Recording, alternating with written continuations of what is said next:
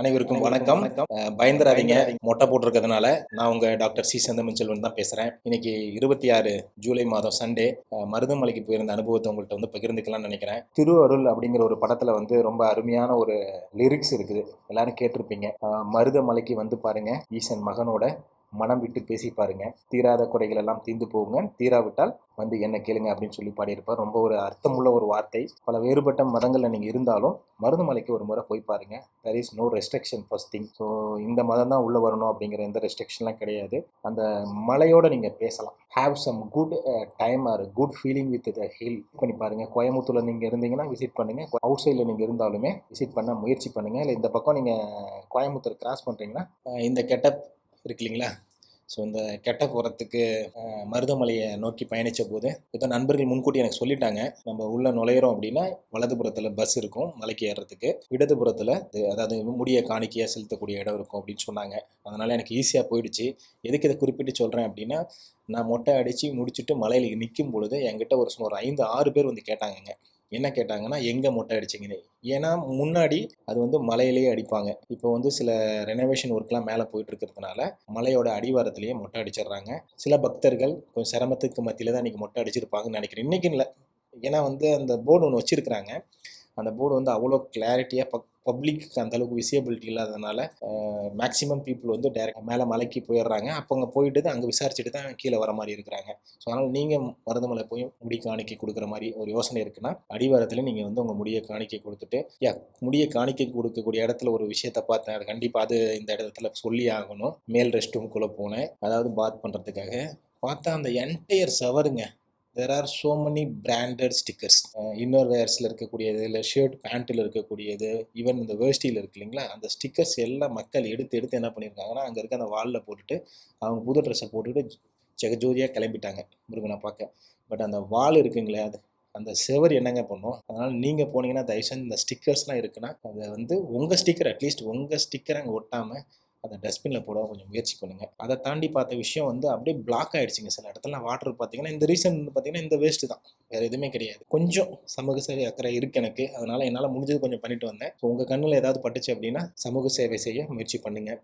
மொட்டையை போட்டாச்சுங்க, சரி பஸ்ஸில் போகலாமா நடந்து போகலாமா டிஸ்கஷன் வரும்பொழுது மிஸ்ஸஸ் ரொம்ப ஆசைப்பட்டாங்க, மலை ஏறி போவோம் அப்படின்னு சொல்லிட்டு. அதனால் படியில் வந்து அப்படியே பொறுமையாக ஏறணும். ஸோ நீங்கள் அந்த மலையில் ஏறும் போது கொஞ்சம் தூரத்துலேயே நீங்கள் பார்க்கலாம், தான் தோன்றிய விநாயகர் அப்படின்னு சொல்லிகிட்டே இருக்கும். ஸோ அவரை, ஏன்னா எந்த ஒரு காரியத்தை நம்ம ஸ்டார்ட் பண்ணுறதுக்கு முன்னாடி பிள்ளையார் சொல்லி போடுவோம். பிள்ளையார் சொல்லினா என்னங்க, விநாயகர் தான். விநாயகரை நம்ம நினச்சிட்டு தான் எல்லா விஷயமும் செய்வோம். ஸோ அந்த மாதிரி அந்த மலையில் ஏறி கொஞ்சம் தூரத்துலேயே லெஃப்ட் சைடில் இருக்கும் தான் தோன்றி விநாயகர். அவர்கிட்ட அருளை வாங்கி மலை மேலே ஏறினீங்க அப்படின்னா அடுத்து இடும்பன் அப்படிங்கிற ஒரு சன்னதி இருக்கும். அவரை பார்த்துட்டு அப்படியே நீங்கள் மேலே போய் ரீச் ஆகலாங்க. 10-20 வருஷத்துக்கு முன்னாடி போயிருந்தீங்கன்னா ஒரு மாதிரி இருந்திருக்கும். இப்போ வந்து எப்படி இருக்குன்னா கொஞ்சம் ரொம்பவே மாறி இருக்குது. கொஞ்சம் இல்லை, ரொம்பவே மாறி இருக்குது. ஸோ அதனால் அங்கே ப்ராப்பராக விசாரிச்சுட்டு அதுக்கப்புறம் அடுத்த ஸ்டெப் எடுத்து வைங்க. ஸோ எந்த ஒரு கோவிலுக்கு போனாலுமே நம்ம வந்து அந்த கோவிலுடைய மூலஸ்தானத்தை வந்து நம்ம கும்பிட்டுட்டு தாங்க கடவுளை பார்க்கணும். ஸோ அது மாதிரி பார்த்திங்கன்னா அந்த கன்ஸ்ட்ரக்ஷன் அந்த ஏரியாவில் நடந்துகிட்டு இருக்குது. அதனால் அந்த முருகனுடைய மூலஸ்தானம் வந்து இடதுபுறத்தில் இருக்கும். அந்த மூலஸ்தானத்தில் போய் வள்ளி தெய்வனோட இருப்பார். அவரை பார்த்துட்டு அதுக்கப்புறம் உள்ளே போயிட்டு அவரை பாருங்கள். அவரை பார்க்கும்போது அங்கே வந்து நீங்கள் பட்டீஸ்வரர், அதாவது சிவபெருமான் இருக்கிறாரு, அப்புறம் அம்மன் இருக்கிறாங்க பக்கத்தில். அவருடைய இடதுபுறத்தில் அம்மனும் வலதுபுறத்தில் ஒரு பட்டீஸ்வரர் இருக்காங்க. ஸோ அப்படியே சுற்றி வளர்ந்தீங்கன்னா ரொம்ப திவ்யமான ஒரு தரிசனம். எனக்கு பெருமாளையும் பார்க்குறதுக்கு வாய்ப்பு கிடைச்சிது. அவர் பெருமாள்கிட்டே அருள் வாங்கிட்டு நிர்வாகம், அதாவது இந்த கோவில் நிர்வாகம் வந்து நமக்கு வந்து பக்தர்களுக்கு பிரசாதம் கொடுக்குறாங்க. மறக்காமல் வாங்கி சாப்பிடுங்க. பிரசாதத்தை தாண்டி அடுத்து கொஞ்சம் தூரம் வந்து கீழே இறங்குனீங்கன்னா ஒரு ஸ்டெப் இந்த சென்ஸ் ஒரு ஃப்ளோர் மாதிரி இருக்குது. அங்கே வந்து உங்களுக்கு அன்னதானமும் ப்ரொவைட் பண்ணுறாங்க. ஸோ ஒரு பேட்சும் வந்து பார்த்திங்கன்னா 15 மெம்பர்ஸ்னு நினைக்கிறேன், ஒரு 50 பேருக்கு அன்னதானம் கொடுக்குறாங்க. ஸோ நீங்கள் கொஞ்சம் வெயிட் பண்ணி தான் இருந்து சாப்பிட்டு வர மாதிரி இருக்கும். நாங்களும் வெயிட் பண்ணி இருந்து ரொம்ப அருமையான சாப்பாடுங்க. கொஞ்சம் கூட குறை சொல்ல முடியாது. அதே நேரம் அங்கே அந்த கோஆர்டினேட் பண்ணக்கூடிய டீம் வந்து பர்ஃபெக்ஷன்ஸ். எதுக்காக இந்த விஷயம் சொல்கிறேன் அப்படின்னா, எவ்ரி 40 மினிட்ஸ்னு நினைக்கிறேன், எவ்ரி 40 மினிட்ஸ்க்கு ஒன்ஸ் வந்து அவங்க ஒரு பேட்சையும் வந்து உள்ளே அனுப்புகிறாங்க. நம்ம கடையில் போய் பணம் கொடுத்து சாப்பிட்டா கூடயும் வந்து நமக்கு சில நேரத்தில் என்ன பண்ணுறாங்க, பிளாஸ்டிக் பேப்பரு அந்த மாதிரி தான் போட்டு சாப்பாடு போடுறாங்க.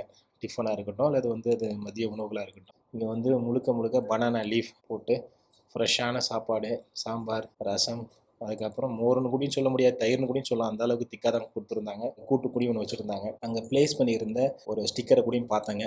அதில் கூட ஒரு கருத்து நான் சொல்லணும். இதை யாராவது அந்த கோவில் நிர்வாகத்தில் இருக்கக்கூடிய நண்பர்கள் பார்த்தாங்க அப்படின்னா அந்த தவறை சரி பண்ணால் நல்லாயிருக்கும். என்னன்னு கேட்குறீங்களா, மொபைல் ஃபோன் யூஸ் பண்ணக்கூடாதுன்னு சொல்கிறாங்க.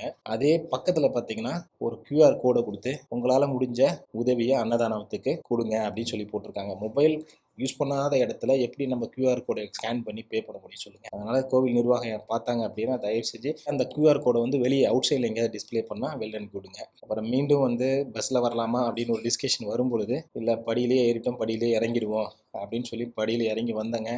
ரொம்ப விஷயங்களை வந்து பகிர்ந்துக்கணும்னு நினைக்கிறேன். ஏன்னா வந்து மலை ஏறி போகும்போது நமக்குள்ள மைண்ட் வைப்ரேஷன்ஸ் பார்த்தீங்கன்னா ரொம்ப அதிகம். கடவுள்கிட்ட ரொம்ப அப்ளிகேஷன்ஸ் வைக்கணும். அடுத்தடுத்து நம்ம வாழ்க்கையில் நடக்கக்கூடிய நல்ல சுபகாரியங்கள் எவ்வளவோ இருக்குது. அந்த விஷயங்களுக்கெல்லாம் நம்ம அவர்கிட்ட பர்மிஷன் வாங்கணும். கோயிலுக்குள்ளே நுழையும் பொழுது எப்படி இருக்க போகுது, எவ்வளோ நேரம் நம்மளை சாமியை நின்று பார்க்க போகிறோம். ஸோ எவ்வளவோ விஷயங்கள் ஓடிட்டுருக்கோம். ரிட்டர்ன் போகும்போது அதே படிகள் தான், பட் மனோநிலைமை டிஃப்ரெண்ட்டாக இருக்குது. என்ன மாதிரி நீ யோசிக்கிறீங்களா? ஏதோ எல்லா பாரமும் குறைஞ்ச மாதிரி ஒரு மாதிரி ஹாயாக அப்படியே ஒரு பறவை போல் அப்படியே பறந்து வந்துக்கிட்டு இருக்கிறோம். ஸோ நல்லபடியாக வந்து ரீச் ஆகிட்டோம். அர்ச்சனை சீட்டுக்கு வந்து ஒரு ₹5 வாங்கினாங்க. ஸ்பெஷல் இதாக நீங்கள் போகிறீங்க அப்படின்னா ஒரு ₹50 இருக்கும் போல். பொது தரிசனம் எனக்கு எப்பயுமே பிடிக்குங்க.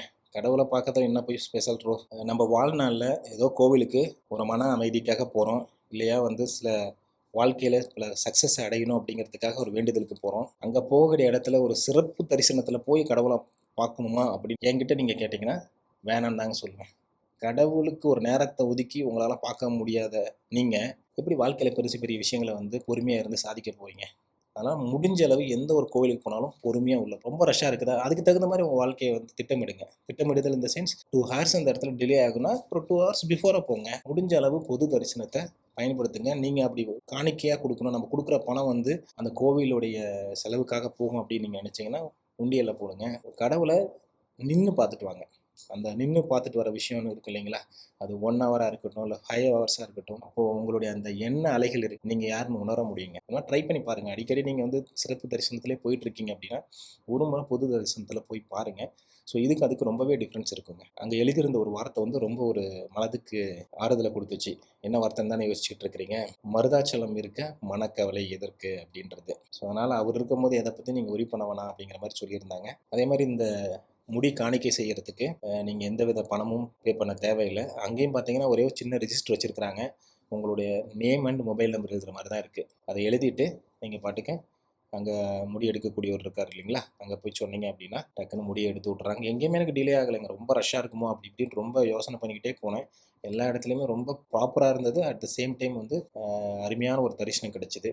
முடிஞ்ச அளவு வருஷத்தில் ஒரு முறை, எவ்வளவோ கோயிலுக்கு நம்ம போகிறோம், வருஷத்தில் ஒரு முறை மட்டும் மலை ஏறி போகக்கூடிய ஒரு கோயிலுக்கு போயிட்டு வாங்க. எதுக்காக அப்படி சொல்கிறோன்னா, நம்ம பாடியில் இருக்கக்கூடிய இந்த ஆர்கான்லாம் எப்படி ஃபங்க்ஷன் ஆகுது அப்படிங்கிறத நம்மளால் உணர முடியுங்க. ஏன்னா நம்ம டெய்லி ப்ரீத் பண்ணுறோம், பட் இருந்தாலும் ப்ராப்பராக ப்ரீத் பண்ணுறோமானா பிக் கொஸ்டின் மார்க் தான் என்கிட்ட கேட்டிங்கன்னா. ஸோ நீங்கள் இந்த மாதிரி ஒரு பெரிய டாஸ்க் எடுத்து நீங்கள் செய்யும்போது, சின்ன டாஸ்க்கு தான், பட் இப்போ இந்த கால சூழ்நிலைகளில் நம்ம சாப்பிடக்கூடிய இந்த உணவு, நம்மளை சுற்றி இருக்கக்கூடிய இந்த சூழ்நிலைகள் எல்லாம் பார்க்கும்பொழுது அது நமக்கு பிக் டாஸ்க் தாங்க.